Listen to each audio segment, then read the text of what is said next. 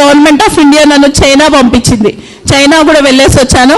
After coming from China 6 months నిద్రపోలే నేను. పిచ్చిలేసింది నాకు వాళ్ళ డెవలప్మెంట్ చూసి.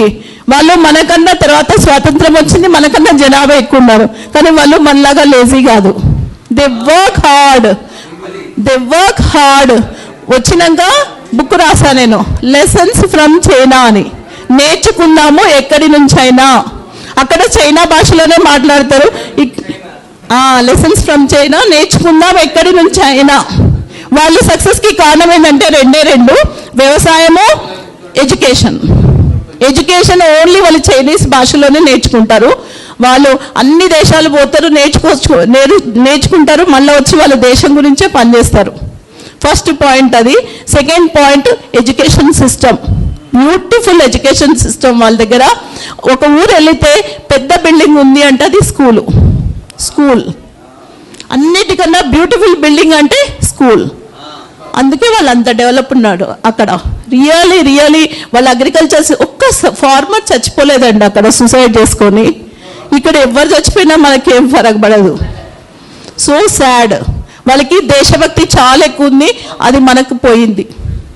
That is the difference what I learned. అది 6 months వెళ్ళి మళ్ళీ నేను ఆ బుక్ను రిలీజ్ చేసి వచ్చిన. చైనా గవర్నమెంట్ ఆ బుక్ను మళ్ళీ ప్రింట్ చేసుకుంది. చూడండి, ఒక ఇండియన్ ఉమెన్ వాళ్ళ దేశం గురించి రాసింది అని. They felt so happy. అంటే ఇక్కడ వచ్చి మళ్ళీ నేను రీసెర్చ్ చేశాను. నేను వెళ్ళిన కొన్ని రోజులలో పూర్తిగా నాకు నాలెడ్జ్ రాలేదనిపించింది. అయితే ఒక చిన్న ఇన్సిడెంట్ చెప్తా. మాతో ఒక గైడ్ ఉండింది, చిన్న అమ్మాయి. అమ్మ నువ్వు ఏం చదువుతున్నావు అని అడిగాను. ఫార్మసీ చదువుతున్నా అని చెప్పింది. నీకు ఇష్టమా ఫార్మసీ అంటే? కాదు, నా దేశానికి ఇప్పుడు ఫార్మసిస్టులు అవసరం ఉంది, అందుకే చదువుతున్నా అన్నది. అక్కడ పాయింట్ మీరు చూడండి. నాకైతే ఐ ఫెల్ట్ సో షేమ్. నేను జీవితంలో ఇప్పటి వరకు ఆలోచించలేదు నా దేశానికి ఏమవసరమని. ఆ అమ్మాయి ఎందుకు చదువుతుంది? Because there country need pharmacist. So she studying pharmacy. అసలు ఆ థాట్ ప్రాసెసింగ్ ఉందా ఇండియాలో?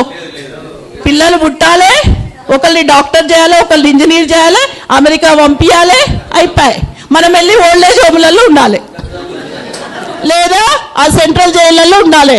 సెంట్రల్ జైలు ఏవి తెలుసా మీకు? గేటెడ్ కమ్యూనిటీలు. ఈ మధ్య ఎందుకు తెలుసా అండి?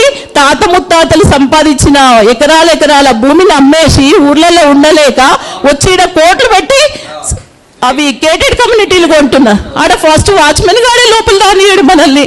అది సెంట్రల్ జైలు కాకపోతే ఇంకేంది? I feel it. అసలు అనిపిస్తుంది. ఎందుకంటే ఈ థాట్ ప్రాసెసింగ్ నాకు కూడా లేదు ముందు. ఎప్పుడైతే I went back to village, I have respect to the farmers. ఏం కష్టం అండి అసలు. అది పడితే తెలుస్తుంది. పంట పండించడానికి వాళ్ళు ఎంత కష్టపడితే మనము ఈరోజు కూడా నేను చూసిన చాలామంది అన్నం కూరలు అన్నీ వేసేసేస్తున్నారు. అది పండిస్తే తెలుస్తుంది. నేను ఇప్పుడు పండిస్తున్నా కాబట్టి తెలుస్తుంది నాకు కూడా. బాధ, కష్టము, ఆ పెయిన్, మనం అందుకే అంటున్నాను అందరూ ఈ 50+ వాళ్ళందరూ ఇటు ఉండొద్దు హైదరాబాద్లో. సారీ. Thank you.